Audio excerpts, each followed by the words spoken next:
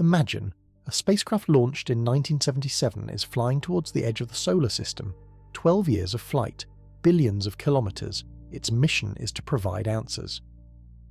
But it is precisely these answers that negate 100 years of work.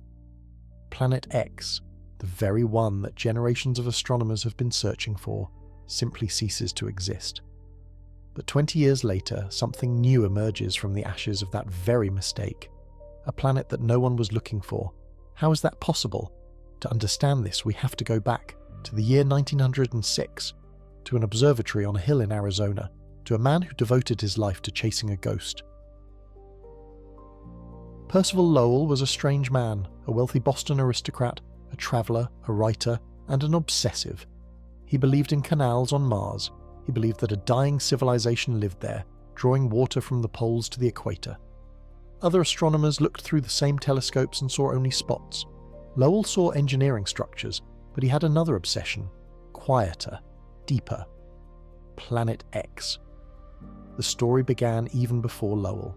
In 1846, astronomers discovered Neptune, and they found it mathematically based on disturbances in Uranus's orbit.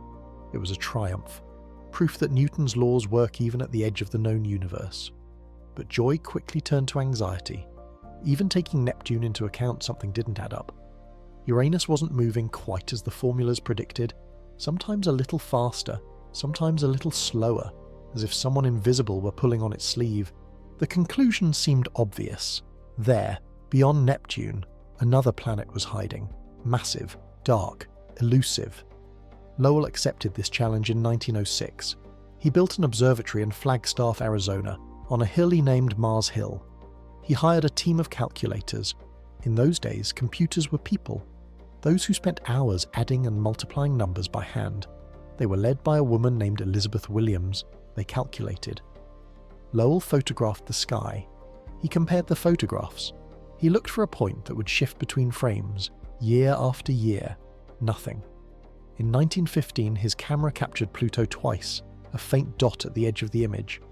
Lowell looked through these photographs and didn't notice it. The planet was too faint, too small, not what he was looking for.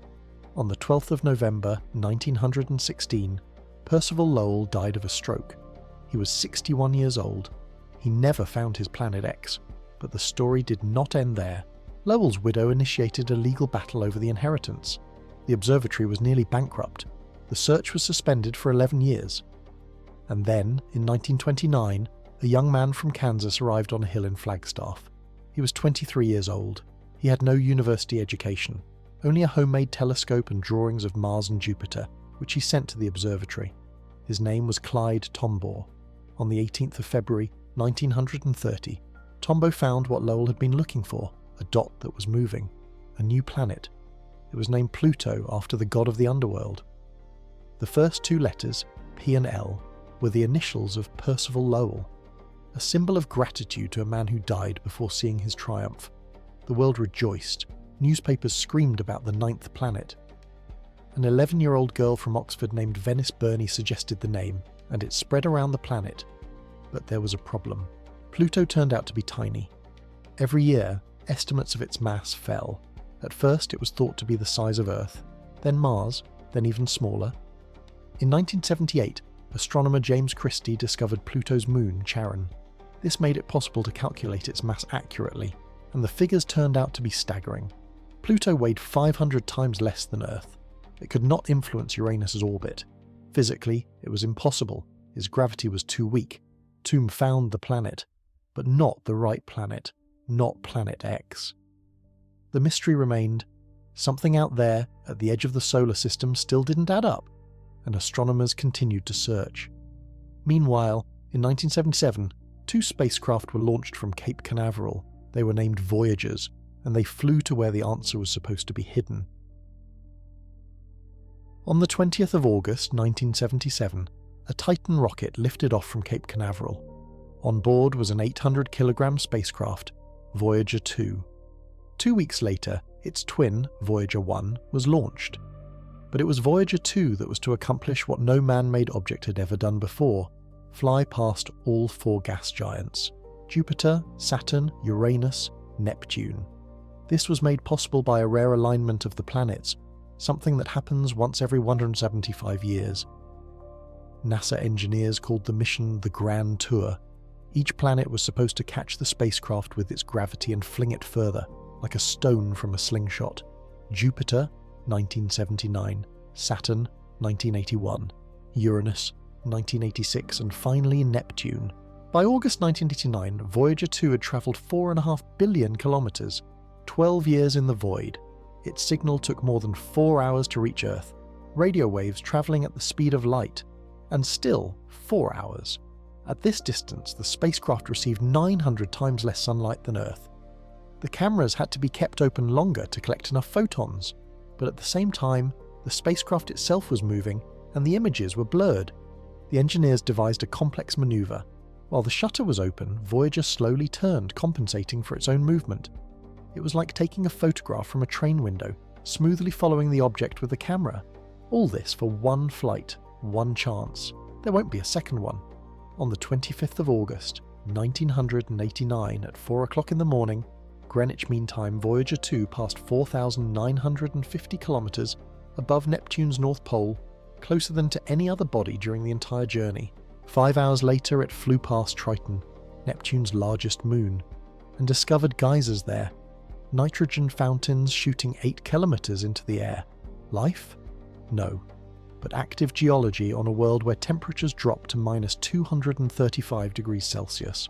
The world watched it in real time, well, with a 4-hour delay, but it was closer to real than anything before. At the Jet Propulsion Laboratory in Pasadena, engineers crowded around monitors. Vice President Dan Quayle flew in to congratulate the team, and in the evening Chuck Berry played at the celebration. The very same Chuck Berry whose song Johnny Be Good flew aboard both Voyagers, recorded on a gold disc for extraterrestrials. But among all the discoveries, there was one that changed history.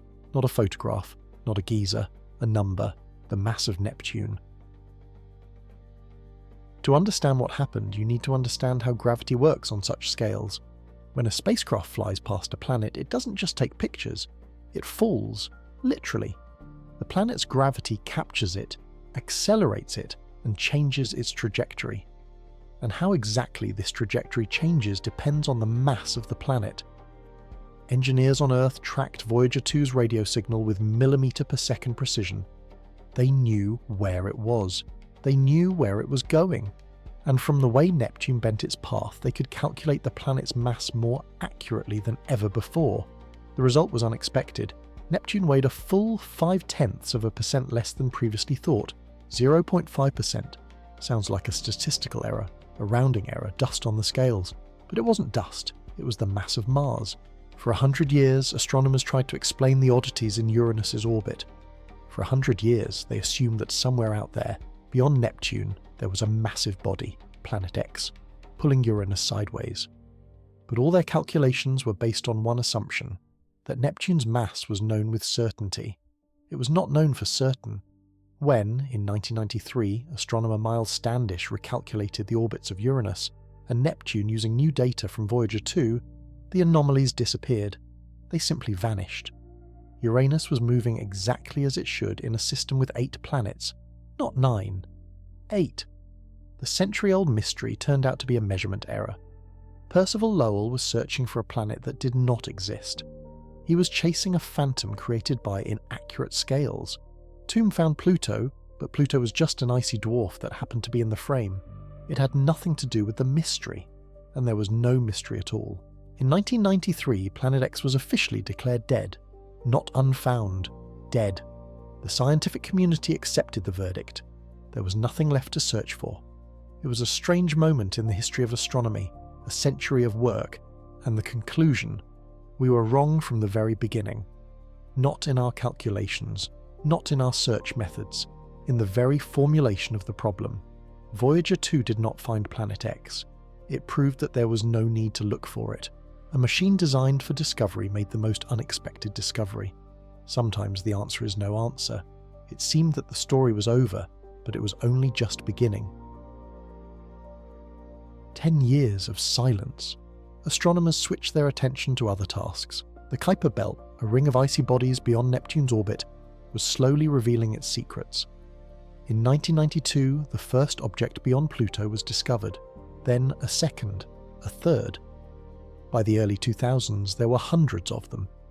But on the 14th of November 2003, Mike Brown's team at the California Institute of Technology discovered something strange. The object was named Sedna, after the Inuit goddess who lives at the bottom of the icy ocean, and the name was perfect. Sedna was cold, distant, and utterly inexplicable. Its orbit did not fit into any model.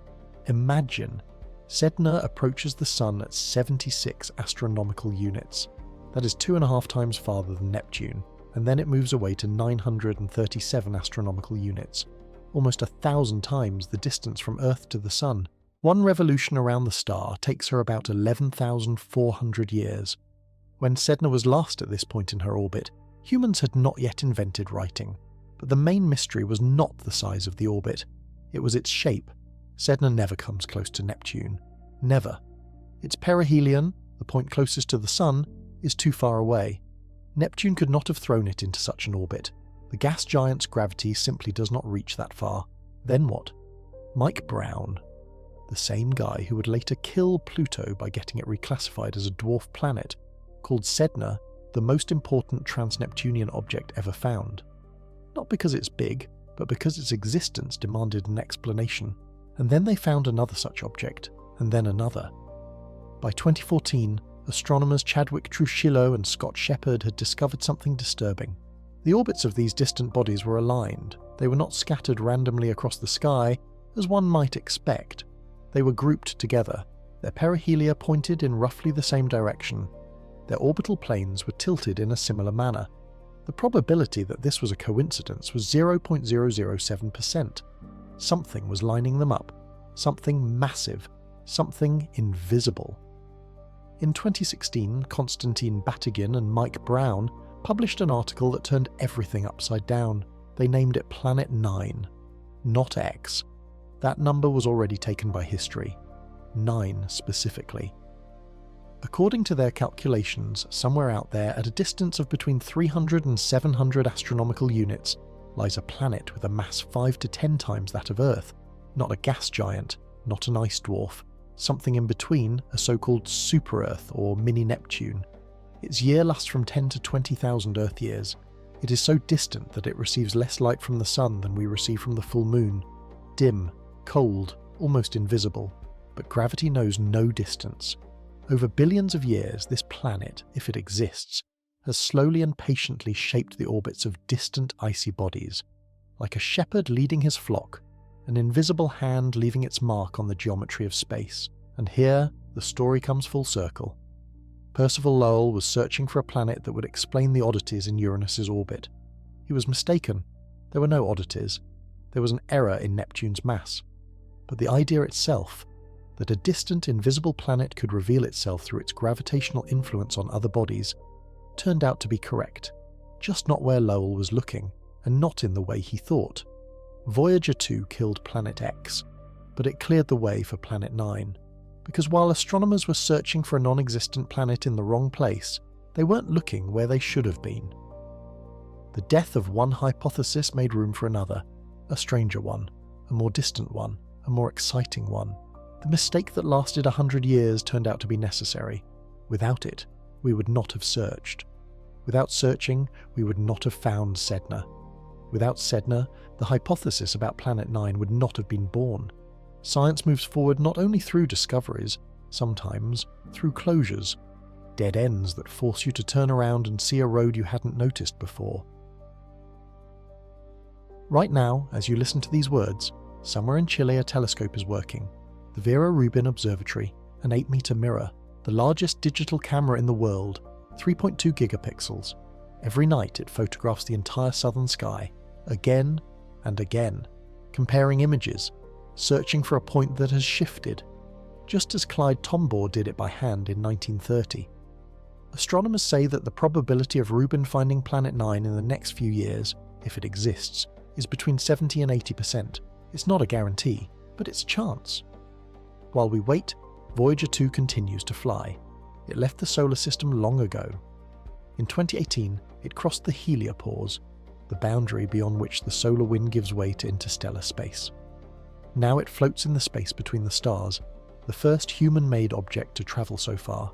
Its signal still reaches Earth. Weak, barely discernible, but we hear it. On board is a gold record, Sounds of Earth. Greetings in 55 languages, music by Bach, Mozart, Chuck Berry, images of people, animals, landscapes, a message from the civilization that sent the machine to the stars, and coordinates pointing to a small yellow star in Orion's sleeve. Consider this picture. Launched in 1977, the spacecraft flies through interstellar space. It carries our music and our hopes. Behind it lies a planet that we're only beginning to understand. For 100 years we searched for a ghost. The machine proved that there was no ghost. And from this proof, a new mystery was born. A real planet hidden in the darkness. We still don't know if it exists. Perhaps Planet 9 is just as much a phantom as Planet X. Perhaps in 20 years' time, someone will find a new error in the calculations and history will repeat itself. Or maybe not. Perhaps one night the algorithm in Chile will detect a point that has shifted between images, and we will see it, a cold world on the edge of eternal night, a world that has revolved around our star for 4 billion years, unnoticed by anyone. In any case, we will search, because that's what we do. We send machines into the abyss. We listen for faint signals. We build telescopes on mountain tops. We spend our lives searching for planets that may not even exist, and sometimes we do. Percival Lowell died without waiting for an answer. Clyde Tombaugh found something other than what he was looking for. Voyager 2 killed a century-old dream, but each of them made the next step possible. A mistake is not the end. It is the beginning of a new question, and space is patient. It will wait until we find the right answer,